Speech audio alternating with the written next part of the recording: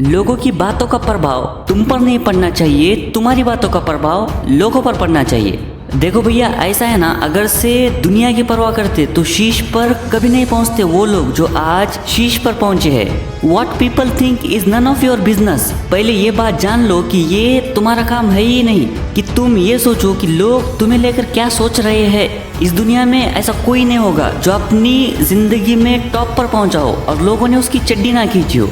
लोगों ने लोगों की चड्डियों में बम लगाए है दोस्त, और सिर्फ बम ही नहीं लगाए, उसका रिमोट भी अपने हाथ में रखा है। आसान तो है ही नहीं साहब कामयाब होना, शीश पर पहुंचना। उसके लिए तुम्हें अकेला चलना होगा, अकेला रहना होगा। और यही रीज़न है जो अकेला रहता है उसे ये दुनिया एकदम लास्ट में समझती है, लेकिन वो लास्ट में नहीं होता, बल्कि वो अपने उस टारगेट को लेकर काम कर रहा होता है जिस टारगेट पर वो सबके बीच में रहकर नहीं कर सकता। सफल होने के लिए जीतने की शपथ लेने से पहले कभी ना हार मानने की शपथ लेना जरूरी है। इसलिए जिंदगी में किसी भी हार को गले लगा मेरे दोस्त, लेकिन हिम्मत हारने की हार को कभी गले मत लगा। और इस दुनिया की सबसे खतरनाक हार जो मुझे पर्सनली लगती है वो ये है कि हम ये सोचें कि लोग क्या सोचेंगे। मैं आपको कहना चाहता हूँ कि लोग क्या सोचेंगे ये भी हम सोचेंगे तो हम क्या सोचेंगे। लोगों की परवाह मत करो, क्योंकि कामयाब लोगों ने उनकी पूरी जिंदगी में कभी लोगों की परवाह नहीं की। ध्यान से सुनना अब जो मैं कहने वाला हूँ। अगर से किसी गांव में एक हाथी आ जाए तो उस गांव के जितने भी बुजुर्ग लोग, बूढ़े लोग होंगे ना, वो फौरन से उस हाथी के सामने हाथ जोड़कर खड़े हो जाएंगे। हम तो धन्य हो गए गणेश जी महाराज, आप हमारे गाँव में आए हैं। और जितने हाथ एक हाथी के सामने जोड़े जाते हैं उतने हाथ शायद ही किसी और जानवर के सामने जोड़े जाते हो। लेकिन एक दूसरी इससे भी बड़ी बात तो ये है कि जितने हाथ हाथी के सामने जोड़े जाते हैं वो और किसी के जोड़े नहीं जाते, और जितने भौंकने वाले इसके पीछे होते हैं और किसी के नहीं होते।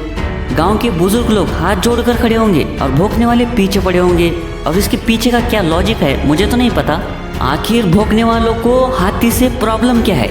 ना तो हाथी को भौंकने वालों की बातें समझ आती है और ना हाथी की बात भौंकने वाले समझ पाते हैं। तो आखिर हाथी को देखकर भौंकने वाले भौंकते क्यों है?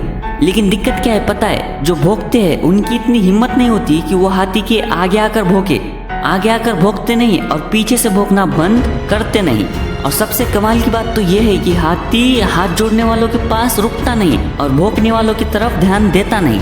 इससे हमें लाइफ की बहुत बड़ी सीख मिलती है कि जितनी स्तुति किसी की होती है उतनी ही निंदा भी उसकी होती है। मैं आपसे बस इतना कहना चाहता हूँ कि जितने हाथ जोड़ने वाले हैं उन्हें जोड़ने दो, जितने भौंकने वाले हैं उन्हें भौंकने दो। सब अपना अपना काम कर रहे हैं तो आप भी अपना काम करो, मस्त रहो, लाइफ में आगे बढ़ो, कुछ बनकर बताओ ताकि आप ये लाइन बोल सको, Every successful person has a painful story and every painful story has a successful ending. So accept the pain and get ready for success.